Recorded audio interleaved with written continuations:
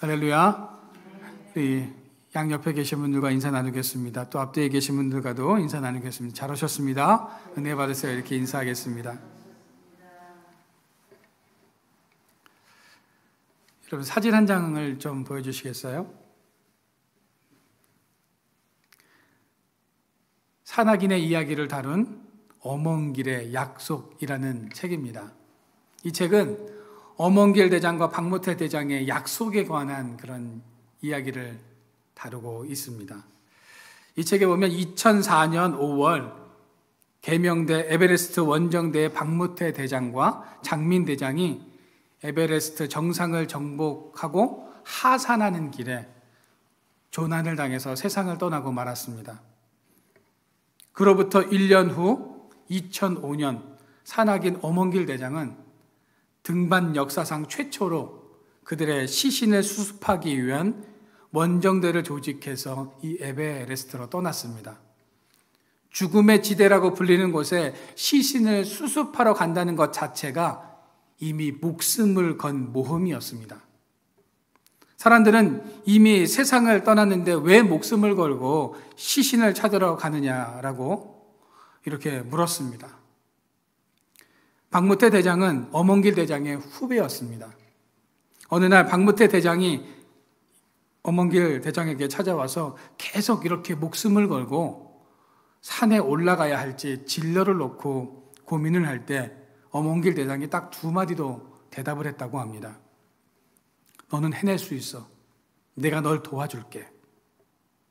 그냥 사석에서 했던 두 마디의 약속, 공중을 바라는 것도 아니고 공식 석상에서 한 약속도 아닌 산 사나이들끼리의 주고받은 개인적인 약속이었습니다. 그러나 엄원길 대장은 후배와의 약속을 지키기 위해서 지금 원정대를 조직해서 에베레스트에 올랐다는 내용이 이 책에 담겨져 있습니다. 여러분, 이렇듯 사람 간의 약속도 생명을 걸고 지키는데 나는 하나님을 믿는 사람으로서 하나님의 약속을 지키고 있는가? 우리가 한번 생각해 볼 필요가 있다는 겁니다. 우리는 신앙이 들어서 세례를 받으면서 했던 약속, 이제 예수님을 인생의 주인으로 섬기며 살겠습니다. 그 예수님께 내 마음의 주도권을 내어드리겠습니다. 예수님을 따라 예수님의 사람으로 살겠습니다 라고 했던 그 약속을 여러분 지금도 지키며 살아가고 계십니까? 그 약속을 지키기 위해서 우리가 몸부림치며 살아가야 한다는 겁니다. 오늘 여러분들이 읽으셨던 본문 말씀은 약속과 관련되어진 말씀입니다. 오늘 보면 38절 말씀해 보시면 우리가 이 모든 일로 말미암아 이제 견고한 언약을 세워 기록하고 우리의 방백들과 레위 사람들과 제사장들이 다 임봉하나이다. 여기서 임봉한다는 의미는 도장을 찍다, 확증하다라는 그런 의미를 가지고 있습니다. 오늘날로 말하면 자필 서명으로 사인을 했다는 뜻입니다. 이스라엘 백성들은 느헤미야 10장에 보면 계급이나 주의를 막론하고 모두 하나님 앞에 우리가 이렇게 살겠습니다 라고 하면서 4가지 언약을 세우고 목록을 작성하게 됩니다. 그리고 혹여나 그 약속을 잊지 않도록 기록하고 모두 꼭 지키겠다는 의미에서 자필 서명을 했다는 거죠. 이스라엘 백성들이 하나님 앞에서 한 약속은 지금으로 말하면 예수님의 사람으로 살아가겠다는 결단인 것입니다. 여러분, 그렇다면 오늘날 예수님의 사람들은 하나님과 했던 약속들을 지키기 위해서 어떤 삶을 살아야 하는가? 우리가 오늘 본문 말씀을 통해서 같이 교훈을 얻으며 은혜를 나누고자 합니다. 첫째는요, 세상과 마음을 섞지 않아야 한다는 것입니다. 느헤미야 9장 2절 말씀해 보시면 모든 이방 사람들과 절교하고 서서 자기의 죄와 조상들의 허물을 자복하고 라고 말씀하고 있습니다. 느헤미야 10장 30절 말씀해 보십시오. 우리의 딸들을 이방 백성들에게 주지 아니하고 우리의 아들들을 위하여 그들의 딸들을 데려오지 아니하며 이스라엘 자손들이 모든 이방 사람들과 절교하겠다, 관계를 끊겠다는 것은 무엇을 말하는 것일까요? 정말 그들과 절대로 교류하지 않고 그들을 다 쫓아내겠다는 의미입니까? 그런 의미가 아닙니다. 더 이상 이방인들과 우리 자녀들을 결혼시키지 않을 것이며 그들에게 마음을 뺏기지 않을 것입니다. 그들과 신앙을 공유하지 않겠습니다 하는 의미인 겁니다. 죄로 인해 유다가 멸망한 후 많은 사람들이 바벨론 포로로 끌려갔습니다. 유다 땅에는 포로로 잡혀가지 않았던 사람 일부와 주변에 살고 있었던 하나님을 모르는 이방인들, 즉 가나안 족속들이 섞여서 살았는데 이방인의 수가 훨씬 더 많았습니다. 그러다가 70년이 지난 후 포로들이 귀환을 하게 되었습니다. 그러나 여전히 그들은 이방인들과 섞여 살았다는 거죠. 그러다 보니 자연히 유대인이 이방인과 결혼함으로써 이방 문화가 들어오고 이방 풍습이 흡수되는 그런 일들이 허다했습니다. 유대인들은 안식일이 되면 성전에 가서 하나님께 예배 드려야 하는 그런 전통이 있었습니다. 그런데 문제가 생겼습니다. 어떤 문제가 생겼냐면 믿지 않은 남편과 아내는 성전에 들어갈 수조차 없었다는 겁니다. 그러다 보니 자연스럽게 이방인들의 종교와 문화에 빠질 수밖에 없었다는 거죠. 그 결과로 하나님을 떠나는 현상이 일어나기 시작했습니다. 오늘날로 치면 결혼하기 전에는 예수님 잘 믿었는데 안 믿는 배우자를 만나 교회에 한두 번 빠지다가 하나님을 완전히 떠나버린 경우들을 말하는 것입니다. 마음속으로는 1년 있다가 가면 되지 뭐 이렇게 생각을 했지만 그것이 10년, 20년, 30년이 되어 결국 하나님을 떠나버린 이야기를 우리는 주변에서 종종 듣게 됩니다. 제가 아는 주변 지인분 중에 한 여자 집사님이 계신데 결혼 전에 남편분은 신앙생활을 하지 않는 분이셨다고 합니다. 그래서 결혼을 할 때 신앙생활을 하겠다는 약속을 하고 철석같이 약속을 하고 결혼을 했습니다. 그렇게 처음에는 교회를 잘 나오시는 듯 했는데 어느 날부터 그 남편분이 주일에 예배에 참석하지 않겠다고 말을 합니다.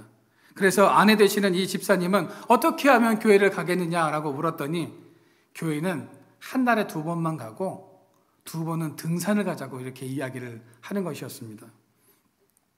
그래서 여자 집사님께서 고민을 하다가 교회에 아예 안 나가는 것보다 그래도 격주로 해서 이렇게 교회 나가는 것이 훨씬 더 나은 것이 아닌가라는 그런 생각이 들어서 2주에 한 번 나오는 것으로 약속을 했다고 합니다. 그렇게 믿음 생활을 하던 집사님께서는 지금 어떻게 되었을까요? 매주 등산을 다니고 계십니다. 그 집사님도 믿음을 잃어버리고 말았다는 거죠. 여러분, 바벨론 포로에서 돌아온 유대인들 중에도 이런 현상이 일어나고 있었습니다.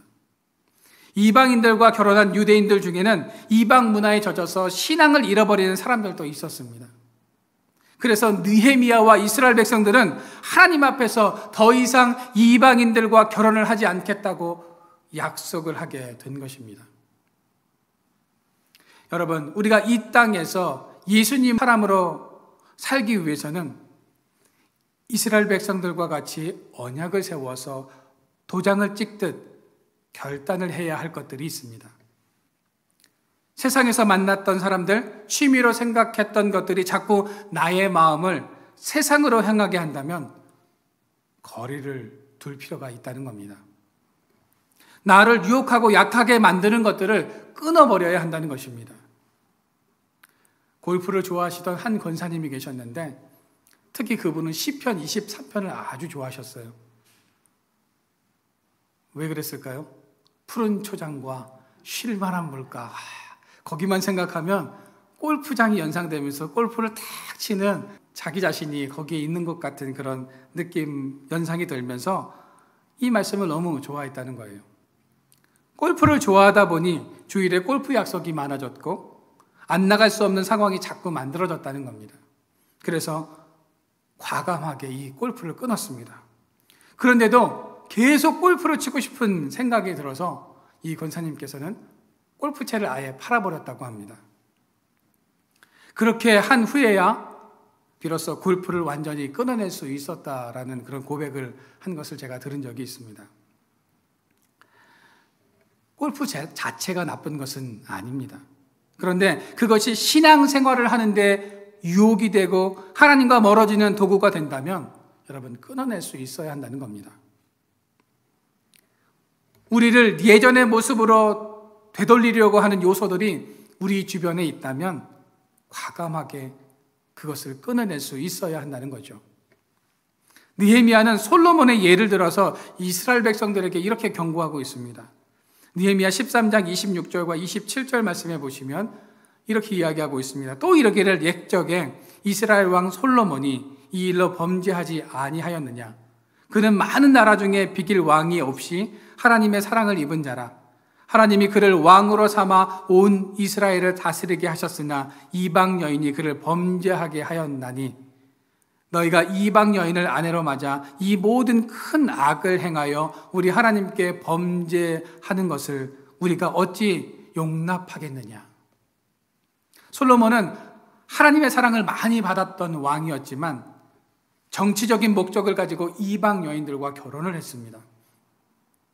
솔로몬은 주변 이방 나라들과의 동맹 관계를 유지하기 위해서 이방 여인들과 결혼을 했다가 말년에 이방신의 신당을 세웠고 결국 하나님과 이방신을 겸하여 섬기는 이런 죄를 범하고 말았다는 겁니다. 가랑비에 옷 젖는다는 말이 있습니다. 별것 아니라고 생각했던 것들로부터 신앙이 무너진다는 거죠. 자신도 모르는 사이에 틈이 생겨서 그 틈으로 조금씩 세상을 받아들이고 타협하고 용납하다가 보면 하나님을 떠나 죄를 짓게 된다는 겁니다. 주일날 예배 드리는 것도 한 번 빠지는 것이 어렵지 2번, 3번 그 이상 빠지는 것은 어렵지 않게 된다는 겁니다. 한두 번 빠지게 되면 계속 하나님을 떠나게 되는 이런 빌미를 제공하게 된다는 것입니다. 우리에게는 삶에 취약한 점이 있습니다. 그 약점을 넘어서기 위해서 우리가 제일 먼저 해야 할 것이 있다면 그것은 죄악된 것으로부터 떠나야 한다는 겁니다. 우리 마음을 자꾸 세상으로 향하게 만드는 문화와 풍조의 영향으로부터 떠나야 합니다. 우리의 마음을 사로잡고 있는 우상으로부터 떠나야 우리 자신을 지켜낼 수 있습니다. 하나님은 아브라함에게 너는 너의 고향과 친척과 아버지 집을 떠나 내가 내게 보여줄 땅으로 가라라고 말씀하셨습니다. 왜 하나님께서는 이런 말씀을 하셨을까요? 하나님은 아브라함이 하나님과의 관계 가운데 살아가기를 원하셨습니다. 그런데 아브라함은 이방 종교에 익숙한 문화와 분위기 속에서 살아왔기에 하나님과의 온전한 관계를 형성하지 못할 줄을 아시고 그것을 떠나라고 말씀하셨던 것입니다. 여러분, 요셉이 왜 이스라엘 백성들이 정착할 땅으로 고센 땅을 선택한지 아십니까? 무엇보다 고센 땅은 애굽 사람들과 섞일 염려가 별로 없었기 때문입니다. 그래서 애굽 문화에 젖는 것을 방지하고 하나님을 향한 신앙을 지킬 수 있으며 구별된 삶을 살 수 있는 것이 고센 땅이었습니다. 그래서 그 고센 땅을 선택한 겁니다. 에스겔 14장 6절 말씀해 보시면 하나님은 이스라엘 백성들을 향하여 너희는 마음을 돌이켜 우상을 떠나고 얼굴을 돌려 모든 가증한 것들을 떠나라 라고 말씀하고 있습니다. 지금 우리를 유혹하게 하고 우리를 하나님으로부터 멀어지게 하는 것들이 있다면 그것을 떠나야 한다는 겁니다. 그것을 멀리 해야 한다는 거죠. 하나님은 끊임없이 이스라엘 백성들이 이방 민족과 섞이는 것을 경계하셨습니다. 그들과 섞여 살다 보면 언젠가는 물들 수 있기 때문입니다. 금묵자흑이라는 말이 있죠. 검은 것을 가까이 하면 검어진다는 겁니다. 우리의 삶 속에서 멀리 해야 할 사람, 멀리 해야 할 환경이 있다는 겁니다. 물론 예수 안 믿는 사람들을 무조건 분리하거나 배척하라는 그런 의미는 아닙니다. 우리에게는 구별됨이 필요하다는 거죠. 구별됨은 분리나 배척과는 다릅니다.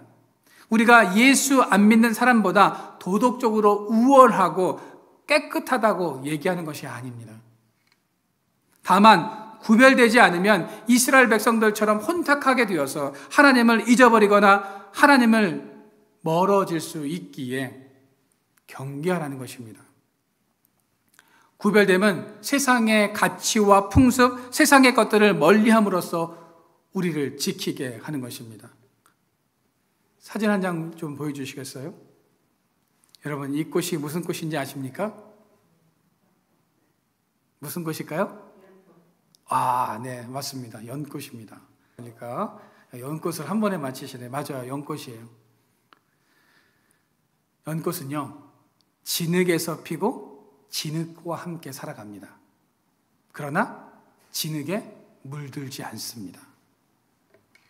여러분, 이 세상이 아무리 죄악으로 넘쳐난다고 해도 성도는 이 연꽃처럼 살아야 한다는 겁니다. 내가 성령의 충만함으로 살아간다면 이 세상에서도 때묻지 않고 진흙과 같은 죄악으로 더럽혀지지 않는 그런 삶을 살아갈 수 있다는 겁니다.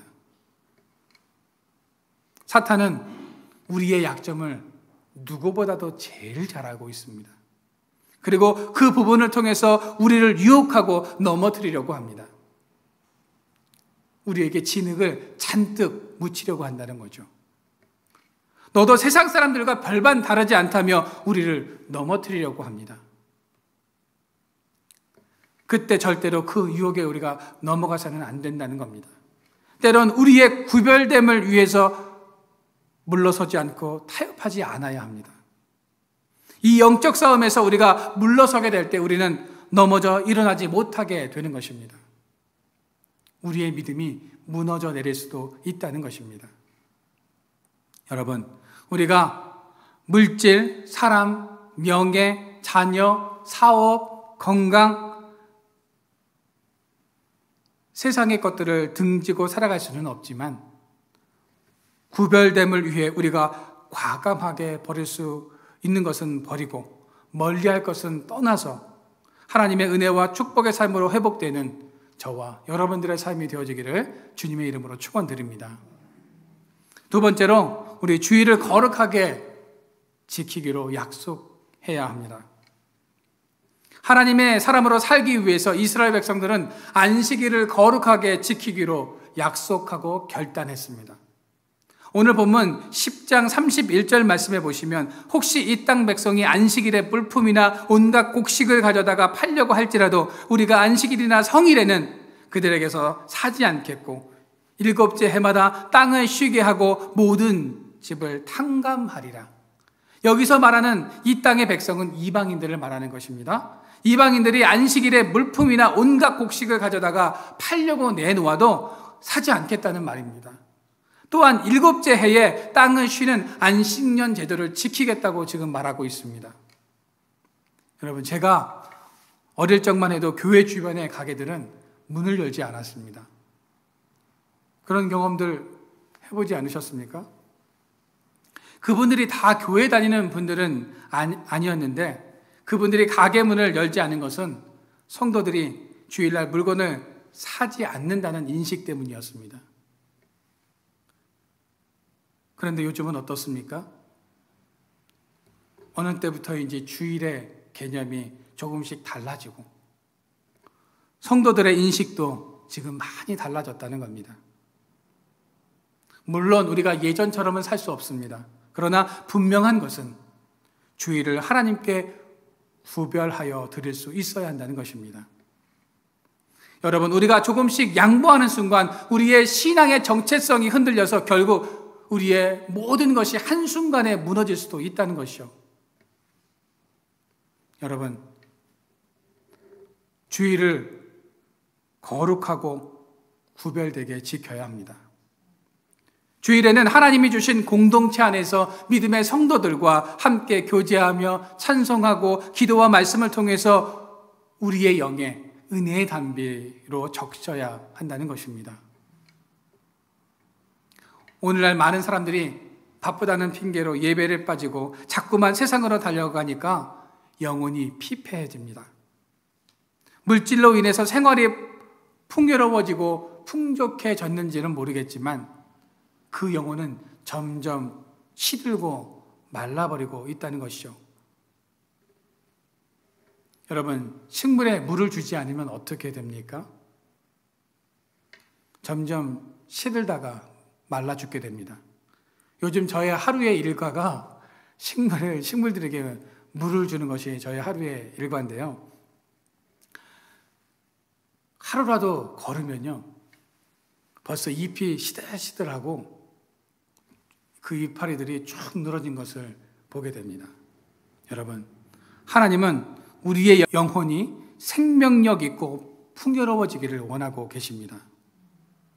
목적과 방향도 상실한 채 정신없이 달려가며 허공을 향해서 손을 뻗는 무의미한 그런 삶이 아니라 하나님과 함께 생명력 있는 삶을 살아가기를 지금도 원하고 계십니다. 여러분, 우리는 하나님과 동행하는 삶을 살아가야 합니다.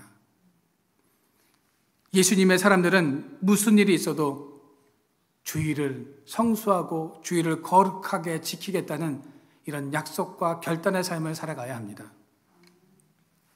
악한 영들은 우리가 주의 성수를 지키지 못하도록 수단과 방법을 가리지 않고 우리를 유혹하고 현혹시킨다는 것을 잊지 마시기를 바랍니다. 사도 바울은 갈라디아서 5장 24절 말씀을 통해서 그리스도 예수의 사람들은 육체와 함께 그 정욕과 탐심을 십자가에 못 박았느니라 라고 말씀하고 있습니다. 예수님의 사람은 이전에 죄악된 모습으로 살아서는 안 된다는 겁니다. 우리가 살아도 주를 위해 살고 죽어도 주를 위하여 죽나니 그러므로 사나 죽으나 우리가 주의 것이로다.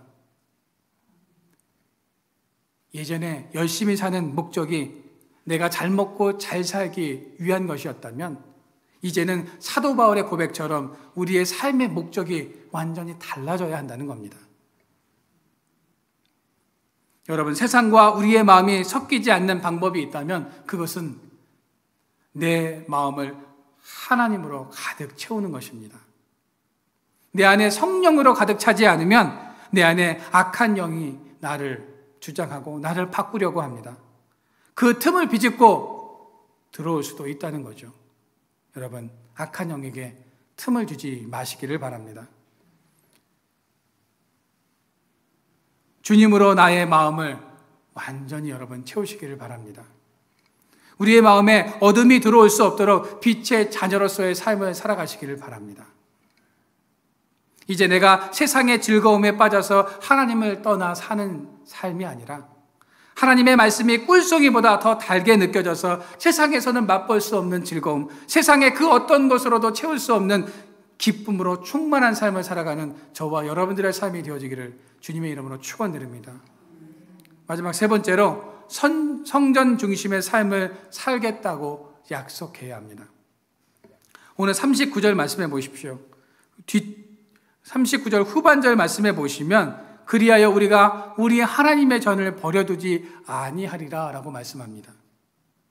여기서 하나님의 전을 버려두지 않겠다는 이 말씀은 우리가 우리 하나님을 버리지 않겠다는 뜻입니다. 여러분, 이 고백은 지금까지 이스라엘 백성들이 하나님을 버리고 하나님 없이 살아왔다는 것을 말하고 있는 것이죠. 하나님의 백성들이 하나님 없이 하나님이 계시지 않는 것처럼 살아왔다는 겁니다. 여러분, 느헤미야는 지금 이스라엘 백성들의 문제가 예루살렘 성벽만 세워진다고 해서 해결되는 것이 아니라고 말하고 있습니다. 이스라엘 백성들의 문제는 하나님을 버리고 하나님 없이 살아왔기 때문에 이제는 다시 신앙을 회복해야 한다고 말을 하고 있습니다. 그래서 당시 하나님의 말씀의 가장 권위자였던 학사 에스라에게 말씀을 읽어줄 것을 요청합니다. 설교를 해달라는 게 아니라 그냥 하나님의 말씀책인 율법을 읽어달라고 요청했습니다. 그래서 느헤미야 8장에 보시면 총독 느헤미야를 비롯한 이스라엘 백성들이 일제히 다 새벽에 모입니다. 그리고 그 율법을 듣고 회개의 역사가 일어납니다. 그곳에 있었던 백성들의 눈에서 눈물이 쏟아져 내립니다. 느헤미야 9장에 보시면 그 백성들이 금식하며 자신의 죄를 고백합니다. 그리고 10장에 보시면 지금까지 우리가 하나님의 말씀을 버렸고 하나님의 성전을 버려두었는데 이제부터는 절대로 그 하나님의 성전을 버려두지 않겠다고 약속을 했던 것입니다. 여러분, 유다가 멸망하면서 예루살렘 성전은 황폐해졌고 포로로 끌려갔다가 다시 예루살렘으로 돌아왔지만 여전히 성전은 방치되어 있었다는 것입니다. 그런 모습을 보며 이스라엘 백성들은 하나님, 이제는 이 성전을 세우도록 결단하겠습니다 라고 약속했습니다. 그리고 성전에 나올 때마다 성전세를 들여서 그것으로 성전을 보수할 수 있도록 하며 34절 말씀에 보시면 이스라엘 백성들은 제비를 뽑아서 순서와 기한을 정해서 번제에 필요한 나무를 공급하겠다고 언약을 세웁니다. 여러분, 당시 이스라엘 백성들의 형편은 넉넉하지가 않았습니다. 아니, 포로로 끌려갔다가 와가지고 아무리 열심히 일한들 뭐 얼마나 많은 부를 축적했겠습니까? 형편이 넉넉하지 않았다는 거죠. 그런데도 자신들이 성전세와 번제에 쓸 나무를 공급하겠다고 약속을 합니다. 그것이 쉽지 않은 일임에도 이런 마음을 가질 수 있었던 것은 하나님 중심의 삶, 성전 중심의 삶을 살겠다고 약속하고 결단했기 때문입니다. 느헤미야와 이스라엘 백성들은 자신들의 언약과 결단이 흐지부지 될까 봐 느헤미야 9장 38절 말씀해 보시면 하나님의 언약을 기록하고 서명까지 합니다. 여러분, 우리는 지금 성전을 중심으로 하나님과 함께하는 삶을 살아가고 계십니까? 아니면 내 마음과 내 생각과 내 뜻대로 행하며 살아가고 계십니까? 혹시 지금 내가 하고 싶은 대로 내 기분과 감정대로 신앙생활을 하고 있는 것은 아닙니까? 여러분, 하나님을 만홀히 여기지 마시기를 바랍니다. 만홀히 여긴다는 의미는 헬라어 원어로 보면 우습게 여긴다, 업신 여긴다, 조롱한다는 의미를 가지고 있습니다. 이스라엘 백성들이 하나님을 우습게 여기고 업신 여김으로 인해서 그들은 철저하게 고난을 받았고 또 나중에 회개함으로 다시 회복의 은혜를 체험하게 됩니다. 여러분, 이 시대는 하나님을 조롱하고 업신 여기고 우습게 여기고 살아가는 사람들이 많습니다. 하나님이 계시지 않는 것처럼 살아간다는 거죠. 그러나 그것은 착각입니다. 하나님은 우리가 심은 대로 거두게 하시는 분이심을 믿으시기를 바랍니다. 이제 바라기는 우리가 세상으로부터 구별되고 성별된 삶을 살아가겠다고 약속했던 그 마음을 회복하시기를 소망합니다. 주의를 구별하여 거룩하게 지키며 살아갈 때 하나님께서 부어주시는 놀라운 복을 받게 될 것이라는 그 약속을 믿고 오늘을 살아가시기를 바랍니다. 무엇보다 하나님과 함께 하나님의 자녀로 살기로 결단했던 그때의 약속을 날마다 삶 속에 되새기며 하나님 중심, 성전 중심의 삶을 살아가시기를 주님의 이름으로 축원드립니다.